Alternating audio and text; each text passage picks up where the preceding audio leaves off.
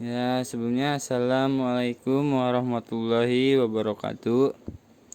Di sini pada kesempatan kali ini saya akan sedikit memaparkan tentang media pembelajaran serta tentang pendidikan jasmani dan kecabangan olahraga. Sebelum masuk ke pembahasan pemaparan materi, alangkah baiknya saya memperkenalkan diri saya terlebih dahulu. Perkenalkan, nama saya Fajrul Rahman, NPM 19106310 753 dari PJKR 3B. Untuk materi yang pertama adalah media pembelajaran. Pengertian media pembelajaran adalah alat, bahan atau segala sumber daya yang digunakan untuk menyampaikan materi-materi pelajaran dari guru kepada murid dalam proses kegiatan mengajar. Untuk selanjutnya adalah fungsi media pembelajaran menurut para ahli. Ahli di sini ada dua, yaitu Levy dan Lenz. Dan untuk fungsi yang pertama adalah fungsi atensi, adalah menarik perhatian siswa agar semakin berkonsentrasi dan memusatkan perhatian pada isi materi pelajaran. Fungsi yang kedua, fungsi afektif, adalah kenyamanan siswa ketika belajar dan membaca, misalnya teks bergambar. Untuk fungsi yang ketiga adalah fungsi kognitif, mempermudah memahami dan mengingat informasi. Yang terakhir adalah fungsi kompensatoris, mengkomodasi, membantu siswa yang lemah dan lambat menerima pelajaran yang disajikan secara verbal atau teks. Dan untuk jenis media dan contoh media pembelajaran antara lain media cetak, contohnya ada buku, majalah, modul, dan lain-lain. Yang kedua adalah media audio, contohnya adalah lagu, musik, dan telepon, serta masih banyak lagi. Yang ketiga adalah media audio visual, contohnya adalah film, televisi, dan video. Dan yang keempat adalah multimedia interaktif, contohnya adalah game serta aplikasi-aplikasi yang berbasis yang ada di Android. Yang kelima adalah e-learning, contohnya adalah Ruang Guru, Genius, dan Google Classroom. Dan yang terakhir adalah media realis, contohnya adalah alam-alam yang di sekitar serta benda-benda yang berhubungan dengan manusia. Untuk manfaatnya sendiri di sini ada menurut para ahli Kemp dan Dayton pada tahun 1985. Yang pertama adalah penyeragaman penyampaian materi pelajaran. Yang kedua adalah proses belajar mengajar menjadi lebih menarik, jelas, dan interaktif. Yang ketiga adalah efisien waktu dan tenaga. Yang keempat adalah meningkatkan kualitas hasil belajar para murid. Yang kelima adalah memungkinkan kegiatan mengajar yang fleksibel atau dapat dilakukan di mana saja. Yang terakhir adalah menumbuhkan sikap positif siswa. Selain manfaat yang telah dipaparkan oleh para ahli, di sini juga ada manfaat media pembelajaran bagi para guru.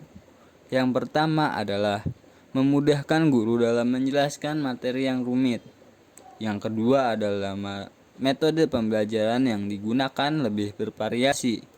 Yang ketiga adalah efisiensi dalam penggunaan waktu dan tenaga. Yang keempat adalah dapat lebih mudah memfokuskan perhatian murid pada materi yang sedang dipelajari. Yang kelima adalah menata suasana kelas agar lebih hidup dan interaktif. Yang keenam adalah membuat siswa menjadi lebih aktif di kelas dan tidak mudah merasa bosan di kelas. Yang terakhir adalah tercapainya tujuan kegiatan belajar mengajar secara efektif.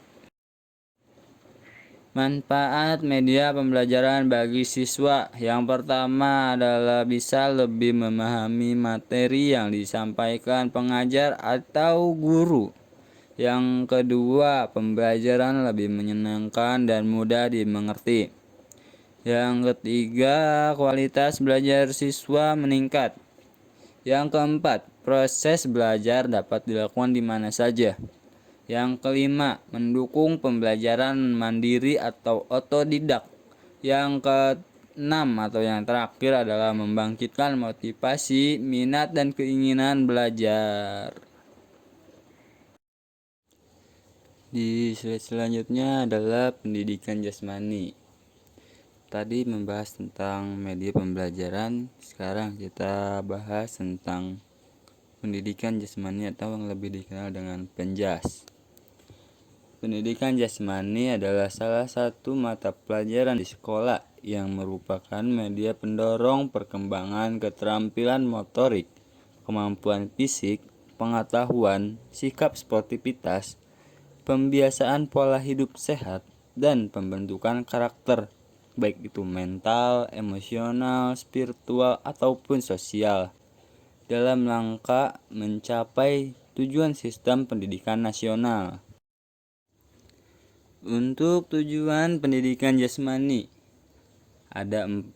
Yang pertama adalah meningkatkan pertumbuhan fisik dan perkembangan psikis yang lebih baik. Yang kedua adalah meningkatkan kemampuan dan keterampilan gerak dasar. Yang ketiga adalah mengembangkan sikap sportif, jujur, disiplin, bertanggung jawab, kerjasama, percaya diri, dan demokratis. Yang terakhir adalah meletakkan landasan karakter moral yang kuat melalui internalisasi nilai-nilai yang terkandung di dalam pendidikan jasmani, olahraga, dan kesehatan. Adapun manfaat dari pendidikan jasmani, yang pertama adalah kebutuhan anak akan gerak terpenuhi. Yang kedua adalah mengenalkan anak pada lingkungan dan potensi yang ada pada dirinya. Yang ketiga adalah menanamkan dasar-dasar keterampilan yang berguna bagi anak. Yang terakhir adalah menyalurkan energi yang berlebihan. Dan di slide yang terakhir kita membahas tentang olahraga kecabangan. Olahraga kecabangan adalah kegiatan olahraga yang dilakukan dan dikelola secara profesional dengan tujuan untuk memperoleh prestasi optimal pada cabang-cabang olahraga.